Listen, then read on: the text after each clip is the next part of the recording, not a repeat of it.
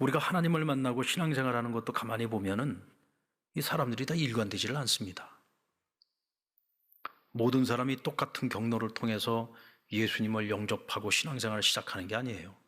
어떤 사람들은 굉장히 수월하게 예수님을 믿게 되는 경우가 있고, 어떤 사람은 참 예수 믿기가 어려워요. 산전수전 공중전까지 다 치러야 간신히 마음 열려서 예수님 영접하고 믿음 생활을 시작하는 분들이 있습니다. 이 똑같은 복음인데 이 복음을 만나고 받아들이는 거에 있어서 사람마다 다 다르다는 거죠. 이게 복음이 문제가 아니라 복음을 받아들이는 그 사람의 문제인 거죠. 사람이 다르기 때문입니다. 오늘 본문에 나오는 부자 청년의 경우를 보면 주님과의 만남이 굉장히 수월하게 시작이 되고 있어요. 그런데 그 끝을 보면은 굉장히 시원찮게 끝나고 있습니다. 한밤중에 한 부자 청년이 찾아왔습니다. 오늘 성경 본문 누가복음에는 보면은 한 관원이 찾아왔다 그랬는데, 마가복음과 마태복음에는 보면은 똑같은 본문을 기록하면서 한 부자 청년이라고 얘기하고 있습니다. 그리고 그가 한밤중에 찾아와서 예수님께 물은 질문은 내가 무엇을 하여야 영생을 얻을 수 있겠습니까? 라는 질문이었습니다. 자, 그러고 보면 오늘 이 청년은요, 우리가 흔히 말하는 전도 용어로 치면은 준비된 영혼입니다. 예비된 영혼이라고 할 수 있죠. 이 청년을 전도하기 위해서 주님이 그를 찾아가지 않았습니다. 자기가 스스로 제 발로 주님을 찾아온 거예요. 직접 찾아와서 영생에 관한 질문을 던진 겁니다. 그러니까 전도를 하는 입장에서 보면은 굉장히 수월한 거죠. 대개는 전도를 할 때에 전도자가 피전도자를 찾아가는 법인데, 지금은 피전도자가 전도자를 제 발로 찾아와서 어떻게 해야 영생을 얻을 수 있느냐고 묻고 있지 않습니까? 게다가 이 청년은 말이 통하는 상대입니다. 우리가 서로 대화를 나누다 보면 소통이 안 되는 경우가 많이 있어요. 아무리 얘기를 해줘도 대체 무슨 뜻인지를 알아먹지를 못하고 이해를 못하는 경우가 있습니다. 게다가 서로가 가진 지식이나 세계관이 달라도 이 소통이 막히는 경우가 많이 있죠. 그런데 오늘 이 청년은 예수님과 소통을 하는데 아무 문제가 없습니다. 오늘 그런 관원이라고 했어요. 공부를 많이 한 사람입니다. 지식과 지혜가 뛰어난 자죠. 그러니까 이해력이 굉장히 높습니다. 주님이 아 하고 얘기하면 아만 깨닫는 것이 아니라 어까지 깨닫습니다. 왜 이런 말씀을 하시지? 왜 이런 질문을 하시지? 그것을 알아먹고 얘기를 하고 있어요. 그러니까 소통이 아주 잘 되고 있습니다. 게다가 바리새인에게 율법에 있어서도 굉장히 정통한 사람입니다. 예수님께서 너가 계명을 아느냐라고 물어봤을 때에 그냥 계명 압니다라고 얘기하면 되는데, 제가 어렸을 때부터 계명을 지켜왔노라고 얘기합니다. 주님께서 물은 질문하고 좀 다르잖아요. 주님은 내가 계명을 아느냐고 물어봤을 뿐인데 제가 어렸을 때부터 그 계명을 지켜왔다고까지 얘기를 했습니다. 주님이 무슨 생각을 가지고 이 질문을 하시는 건가를 생각을 하고서 나름대로 자기가 생각한 것을 정리해서 말씀을 드린 거죠. 자, 여기까지는 굉장히 대화가 잘 되고 있고 소통이 잘 되고 있어요. 막힘이 없습니다. 근데 여기서 한 걸음 더 나아가서 주님이 한 말씀을 하셨는데, 이 말씀을 하시고 난 이후에 오늘 이 부자 청년과 예수님 사이에 대화가 막혀버립니다. 22절 말씀 우리 같이 한번 읽어볼까요? 예수께서 이 말을 들으시고 이르시되 내게 아직도 한 가지 부족한 것이 있으니 내게 있는 것을 다 팔아 가난한 자들에게 나눠주라. 그리하면 하늘에서 내게 보화가 있으리라. 그리고 와서 나를 따르라 하시니. 주님, 제가 어린 시절서부터 계명을 다 지켜 행했습니다. 나는 율법에 있어서 최선을 다해 온 사람입니다. 저는 유대인으로서 부끄러움이 없이 살아온 사람입니다. 제가 알고 있는 율법적 세계관, 율법적 구원관에서 보면 저는 구원받기에 별로 부족함이 없는 사람인 것 같습니다. 라고 얘기를 한 거죠.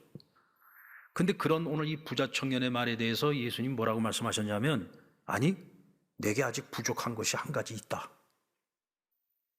나는 충분하다고 생각했고 주님께서 충분하다고, 야, 뭐 나한테 영생에 대해서 더 할 일이 있냐고 물어보냐? 너 그만하면 됐어.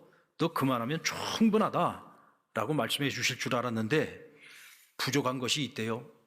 그러니까 갑자기 낭패감이 밀려왔습니다. 우린 여기서 부자 청년이 주님을 찾아온 속마음, 주님께 입으로 묻고 있는 것은 영생의 길을 묻고 있지만 정작 그가 주님을 찾아온 속마음은 어떤 마음일까? 어떤 의도를 가지고 주님께 찾아온 걸까? 이것을 우리가 먼저 살펴볼 필요가 있습니다. 18절 말씀에 보면 그가 주님을 부르면서 뭐라고 불렀어요? 선한 선생님이여 라고 불렀습니다. 선한 선생님이여. 그러자 주님께서 19절에 뭐라고 하셨어요? 예수께서 이르시되 내가 어찌하여 나를 선하다고 하느냐? 하나님 외에는 선한 분이 없다라고 말씀하셨어요. 지금 무슨 말씀을 하는 겁니까? 너 왜 나보고 선하다고 하니? 너가 볼 때 내가 굉장히 선한 사람인 것처럼 보이냐? 너도 꽤나 선하다고 생각하냐? 아니야. 세상에 스스로 선하다고 말할 수 있는 사람 아무도 없어. 세상에는 선한 사람이 없어. 그 어떤 사람도 선한 자는 없어. 오직 선하다고 할 수 있는 이는 하나님 한 분밖에 없다. 결국 주님께서 하시고자 싶은 말씀이 뭡니까? 너의 선한 삶, 너의 선한 행위, 너가 지금까지 쌓아온 자기의, 너 이것 갖고 구원받을 수 있다고 생각해? 그러니까 주님께서는 이 청년이 자신을 찾아온 근본적인 목적, 그의 속마음, 의도하고 있는 것이 무엇인지를 그가 올 때부터 이미 다 파악하고 계셨던 거예요. 그가 가지고 있었던 율법적 세계관을 한순간에 깨트려버린 겁니다. 너 그거 가지고 안 돼. 너의 자기의 선한 삶, 너의 선한 행위, 그거 가지고는 절대로 구원받지 못해. 그것은 절대로 영생을 얻을 수 없어. 그러니 나에게도 선하다고 말하지 말어. 너 자신도 선하다고 생각하지 말어. 선한 분은 하나님 한 분이셔. 결국 오늘 이 대화를 통해서 주님께서 그에게 가르치시기를 원하셨던 가장 핵심이 되는 진리는 오직 하나님의 은혜로만 구원을 얻을 수 있다는 것을 말씀하고 싶으신 것입니다. 그래서 그의 의도에 쐐기를 박은 거죠. 사실 복음을 영접하기에 가장 어려운 부류가 있어요. 어떤 사람들이냐? 바로 이 부자 청년 같은 사람입니다. 자기 의로 똘똘 뭉쳐진 사람이에요. 나는 의로운 삶을 살아왔어. 나는 선한 삶을 살아왔어. 난 누구보다도 나 스스로에게 떳떳하고 나는 온전한 삶을 살기 위해서 노력해온 사람이야. 그러므로 이만하면 충분해, 이만하면 됐어 라는 생각을 가지고 있는 사람들. 그러다 보니까 이런 사람들은요, 은혜의 필요성을 잘 못 느낍니다. 은혜의 필요성을 잘 못 느껴요. 공로주의에 빠져 있는 거죠. 공로주의에 빠져 있는 사람들은 하나님의 값없는 은혜로 말미암아 구원을 얻는다라고 하는 이 복음을 받아들이기가 어려워요. 어떻게 그 귀한 구원을 우리가 얻는데 아무것도 한 것 없이 그냥 은혜로만 구원을 얻을 수 있어? 예수가 뭔데 우리를 위해서 십자가를 져? 예수가 십자가 진 거하고 나하고 뭔 상관이 있다고 내가 구원을 얻어? 예수 그리스도의 이 값없는 은혜, 자신의 희생과 헌신으로 우리에게 구원을 선물로 주셨다는 이 사실을 받아들이는 것이 너무 어려운 거예요. 왜? 자기 의로 똘똘 뭉쳐있기 때문에. 이만하면 됐다고 생각하기 때문에. 근데 반면에 복음을 받아들이기 아주 쉬운 부류가 있습니다. 어떤 사람들이죠? 유대 사회에서 죄인으로 분류되는 사람들입니다. 유대 사회에서 죄인은 어떤 사람들이 죄인이냐? 법을 지키지 않아 가지고 감옥에 갈 만큼 큰 죄를 저지른 사람들도 죄인 부류에 들어갑니다만은, 그렇지 않을지라도 일상적이고 평범한 삶을 살아가는데도 죄인으로 취급되는 분류가 있어요. 어떤 사람들이냐? 가난한 사람들입니다. 저 사람이 왜 가난하냐? 조상의 죄가 있든지 아니면 자기가 죄가 있든지 그 죄값 때문에 저렇게 가난한 거야. 날 때부터 가난한 사람은 더 할 것입니다. 게다가 병든 자, 저 사람은 왜 병들었느냐? 알고 지은지 모르고 지은지 뭔가 저에게 감춰진 죄가 있기 때문이야. 그 욥이 여러분 모든 거 다 잃어버리고 병에 걸려 있을 때 친구들이 와서 뭐라고 했습니까? 너가 알지 못하는 죄가 네 안에 있을 거야. 감춰진 죄가 있을 거야. 그렇지 않고서야 너에게 왜 이런 형벌이, 왜 이런 고난이 주어져? 라고 판단하지 않았습니까? 바로 병든 자들이 다 그렇습니다. 고아와 가부도 마찬가지고 세리나 창기들도 마찬가지고, 이런 부류들은 하나같이 다 자신의 죄든지 부모의 죄든지 그 죄값으로 말미암아 그런 타고난 죄인의 운명을 가지고 있는 거라고 당시 유대 사회의 보통 사람들은 다 그렇게 생각을 했다는 거죠. 하지만 이들이야말로 하나님의 은혜를 가장 필요로 하지 않습니까? 왜? 유대인들이 볼 때에 이 사람들은 천국 문턱에도 못 갈 사람들이에요. 평생 자기가 의를 쌓는다고 해도 자기 의를 가지고서 아무리 쌓아도 이 사람들은 본래부터가 죄인이기 때문에 천국 문턱에도 못 갈 사람들이야. 반면에 스스로 의인이라고 여기는 사람들은 항상 이만하면 충분하다고 생각하니까 은혜의 필요성이 없는 거죠. 공로주의에 빠져 있는 겁니다. 여러분, 그러나 우리는 알고 있습니다. 무엇을 알고 있습니까? 구원은 오직 하나님의 은혜로 얻는 것입니다. 선한 삶으로 얻는 것도 아니고 의로운 행위로 얻는 것도 아닙니다. 오직 하나님의 은혜로 얻는 것입니다. 예수님을 선한 선생님이라고 부르면서 자신의 선함을 인정받고 싶었습니다. 이만하면 됐다는 말을 평가를 듣고 싶었습니다. 그러나 주님께서는 그것을 깨트리셨어요. 완전히 산산조각 내버렸습니다. 그가 가지고 있는 율법적 이 사고를 완전히 깨부시지 않고서는 주님을 따르는 그 길을 절대로 따라갈 수 없었기에 주님께서는 그가 가지고 있는 기존의 사고와 가치와 모든 지금까지 살아왔던 매여 있었던 것들로부터 그가 벗어나기를 원하셨습니다. 자, 그런데 여기서 우리가 한 가지 또 딜레마에 빠지는 게 있어요. 자, 분명히 지금 주님께서 가르치고 있는 것은 야, 너의 선한 행위로 안 돼, 너의 의로 안 돼 라고 말씀을 하셨는데 이어서 하시는 말씀을 보면 내 가진 모든 소유를 팔아 가난한 자들에게 나누어 주고 나를 따르라 그랬어요. 자, 우리가 이게 말씀을 가만히 놓고 보면은 가진 소유를 다 팔아서 사회에다가 환원을 하고 구제 활동을 열심히 펼치는 것이 마치 구원의 조건인 것처럼 오늘 주님이 그렇게 말씀을 하고 계시잖아요. 야, 너에게 한 가지 부족한 게 있는데 그 한 가지 부족한 게 뭐냐? 너 재물 많지? 그거 다 팔아서 가난한 자들 나눠줘. 그리고 나서 나를 따라. 아니, 분명히 너의 의로는 안 돼. 하나님의 은혜로만 얻을 수 있어, 구원은. 아니, 그래 놓고서는 은혜로 얻는 구원을 얘기해 놓고서는 갑자기 또 공로를 얘기하고 있단 말이죠. 주님께서 왜 이런 말씀을 하셨을까? 왜 이렇게 헷갈리게 만들었을까?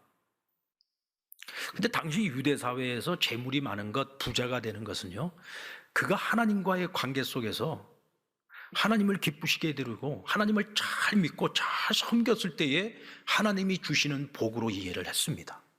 그러니까 단순히 부자라고 하는 것은 단순히 돈 많은 것으로 끝나는 것이 아니라 돈이 많아서 이 사람은 천국에 갈 수 있는 자격을 이미 얻은 거예요. 왜? 하나님께서 그를 인정해줘서 그에게 복을 줬다고 생각을 하기 때문에. 그러니까 지금 이 부자 청년은 자신이 계명을 지켜 행한 것뿐만 아니라 내가 부자라는 사실만으로도 나는 이미 영생을 얻을 수 있는 자격증을 받았다고 생각을 한 거예요. 그러니까 오늘 주님께 찾아와서 자신 있게 지금 얘기를 하고 있는 겁니다. 주님께서 분명히 나에게 너가 영생 얻는데 뭐가 부족한 것이 있어? 이렇게 얘기할 거라고 생각을 하고 찾아왔단 말이죠. 왜? 난 부자니까. 나는 영적으로도 부자야. 하나님이 내가 어렸을 때부터 신앙생활 다 했더니 하나님 내게 이렇게 복을 주셨잖아. 그러니까 돈이 많은 거, 부자인 것은요, 내가 신앙생활 잘 해봤다는 증거가 되는 겁니다. 근데 주님 뭐라고 하셨어요? 그 가진 소유를 다 팔아서 가난한 자들에게 나누어 줘라. 이 얘기는 무슨 얘기냐? 여러분들, 내가 재물이 많아서 안정감을 가지고 있던 거 재물을 싹 다 내던져 버렸어요. 그러면 안정감이 사라지는 거죠. 근데 문제는 이 부자 청년이 그것만이 문제가 아니야. 내가 지금까지 율법적 세계관 속에서 나의 천국을 보장받을 수 있었던 내가 가진 이 모든 재물을 다 팔아 가난한 자들에게 나누어 준다는 것은 내가 이미 가지고 있었던 영생의 자격증을 스스로 버리는 거하고 똑같은 거예요. 그러니까 여러분, 이 사건을, 이 본문을 우리는 그냥 단순하게 재물에 대한 집착을 내려놓는 거, 탐욕에 대한 집착을 내려놓는 거, 이렇게 단순하게 생각할 문제가 아니란 말이죠. 부자 청년이 주님을 따르기 위해 모든 것을 다 버렸다. 지금까지 율법적 세계관, 가치관, 신앙관 다 버렸다. 내가 가지고 있던 영생의 자격증까지 버렸어요. 바리새인으로서 기득권 세력이었는데 그 기득권 세력과 등을 돌리는 겁니다. 부모 형제로부터 어쩌면 버림받을 수도 있습니다. 그런 선택을 해야 되는 거예요. 이 선택이 여러분 결코 쉬운 일이겠습니까? 오늘 본문에 보면은 그가 큰 부자이므로 아마도 통장에 한 몇 억 갖고 있는 정도의 부자가 아니었던 것 같아요. 큰 부자라고 하니까 오늘날로 치면 수십억에서 수백억 정도의 자산을 가지고 있는 그런 큰 부자였던 겁니다. 근데 그거를 다 포기하고 주님을 따른다? 주님께서 야 그거 다 가난한 자들 나누어주고 나를 따라 그런다고 여러분들 같으면 그거 금방 다 내려놓고 금방 주님 따라가겠습니까? 우리가요 남의 얘기는요 아주 쉽게 듣는데 정작 그것이 내 얘기라고 생각을 하면 그거 내려놓는 것이 쉬워요. 어려운 일입니다. 절대로 쉽지 않습니다. 게다가 부모 형제까지 등을 돌려야 되고 내가 살아왔던 내 삶의 모든 동료들로부터 내가 등을 돌려야 된다면 그 일이 쉬운 일이겠습니까?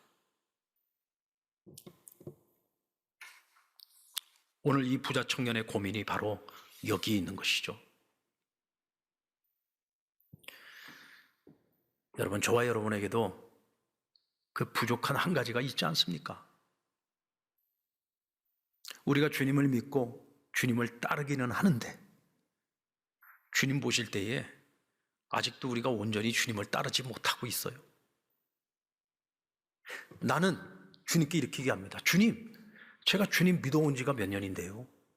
내가 주님을 섬겨온 지가 몇 년인데요. 내가 목사입니다. 장로입니다. 권사입니다. 집사입니다. 내가 주일학교 교사를 하고 있고요. 찬양대를 하고 있습니다. 내가 일주일에요 5번, 6번 이상을 내가 주님 전에 나와서 그렇게 열심히 섬기고 봉사도 합니다. 이만하면 되지 않습니까? 근데 주님께서 그런 우리에게 이렇게 말씀하십니다. 너 아직 부족한 가지가 있다. 부족한 거 한 가지가 있다. 너가 나보다 너 더 사랑하는 것이 있지. 너가 나를 온전히 따르지 못하게 하는 그 한 가지가 있잖아. 너 그것만 항상 너 앞에 딱 걸리면은 그것 때문에 너 나 못 따르잖아. 나를 따라야 되는 그 순간순간마다 그거에 매여서 너 나 못 따라오고 있잖아. 내가 굳이 너에게 얘기하지 않아도 너는 알고 있잖아. 이 부자 청년에게는 재물이 문제였다면 오늘 우리에게도 그 한 가지가 있을 거란 말이죠. 그 단 한 가지. 근데 그 단 한 가지일지라도 그 한 가지의 문제를 해결하지 않고서는 주님을 따르는 삶을 살아간다는 거, 이것이 결코 만만치 않다는 것입니다. 쉽지 않다는 거죠. 그래서 이 청년도 심히 근심하며 돌아갔다고 했습니다. 결국 주님을 따르지 못하고 떠난 것입니다. 새드 엔딩, 슬픈 엔딩으로 끝을 맺는 것처럼 보입니다. 여러분, 과연 이렇게 끝났을까요? 이 부자 청년의 얘기가 과연 이렇게 그냥 끝나고 마는 것일까요? 저는 이 청년의 이야기가 절대로 여기서 이렇게 끝나지 않을 거라는 걸 저는 확신합니다. 왜냐하면 오늘 이 청년은 준비된 영혼이요, 예비된 영혼이었습니다. 영생의 문제를 가지고 적어도 한 번쯤 고민을 해본 사람이요, 적어도 주님께로부터 주님을 따르기 위해서 내가 해야 할 일이 무엇인지를 숙제를 받은 겁니다. 단지 이 숙제를 좀 빨리 푸느냐, 좀 늦게 푸느냐, 좀 더디 푸느냐의 차이일 뿐인 것이지, 결국 빨리 믿든 늦게 믿든 그가 믿음에 이르게 되는 것은 자기 의로 믿는 거 아니잖아요. 자기 의지로 믿는 것도 아닙니다. 내가 똑똑해서 자기 지혜로 믿는 것도 아닙니다. 그 역시도 전적인 하나님의 은혜로 믿는 것입니다.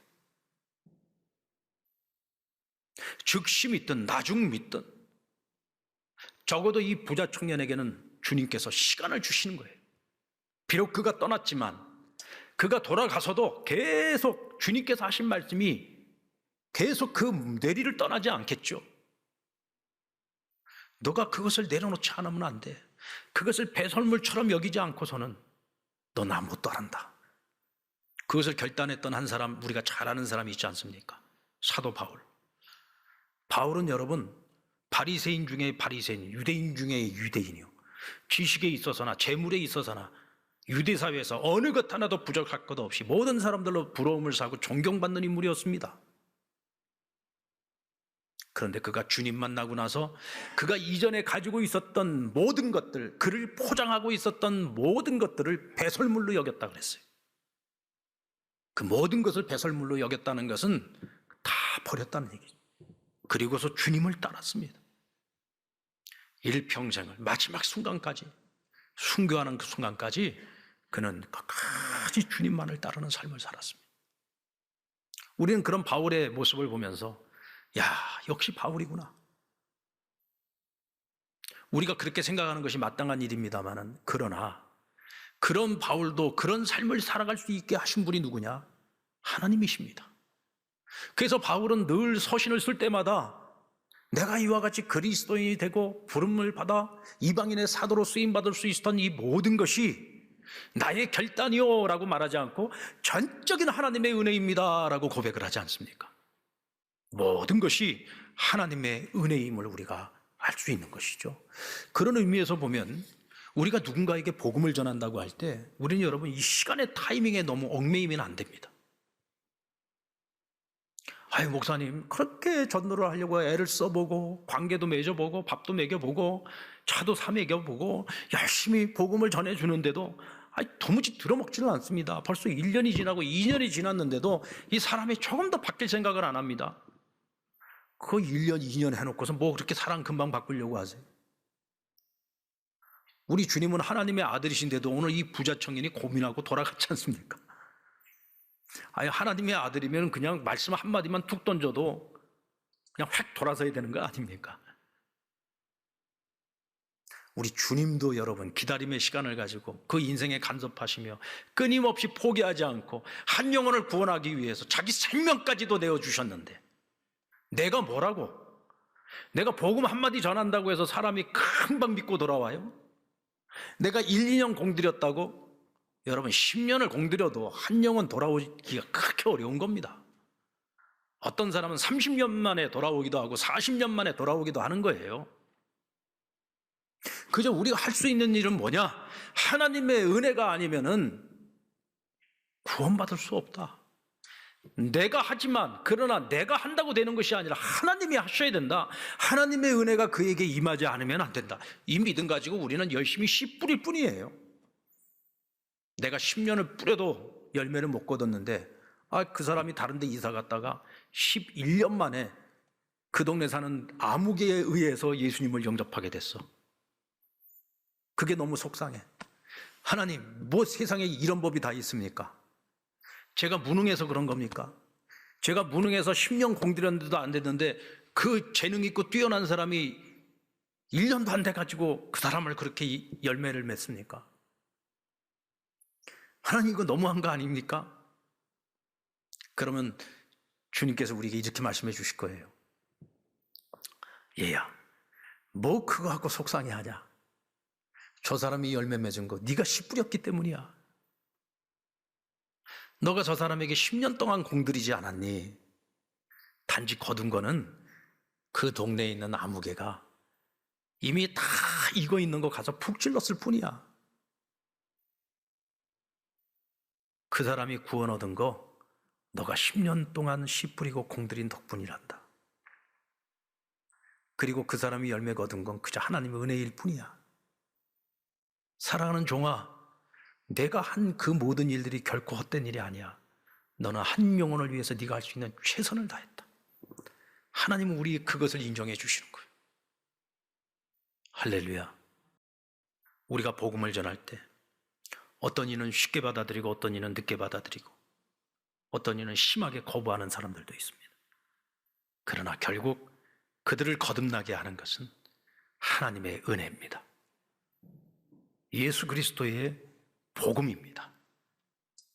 그러므로 우리가 해야 할 일은 잘 믿는 겁니다. 잘 믿기 위해서 내가 아직 내려놓지 못한 그 한 가지 내려놓는 결단이 필요하고 은혜에 합당한 삶을 살기 위해 복음 전할 때 하나님의 은혜만이 할 수 있다는 믿음을 가지고 끝까지 포기하지 말고 주님이 하실 수 있도록 오늘 우리는 나의 최선을 다할 뿐입니다. 언젠가 우리가 하나님 앞에 섰을 때에 하나님께서 열매를 찾지 않습니다. 너는 어떤 수고를 했느냐고 분명히 물으실 겁니다. 그때 적어도 나는 이런 수고를 했노라고, 영혼 구원을 위해서 이와 같이 살았노라고 하나님 앞에 말할 수 있는 저와 여러분이 될 수 있기를 주의 이름으로 축원합니다.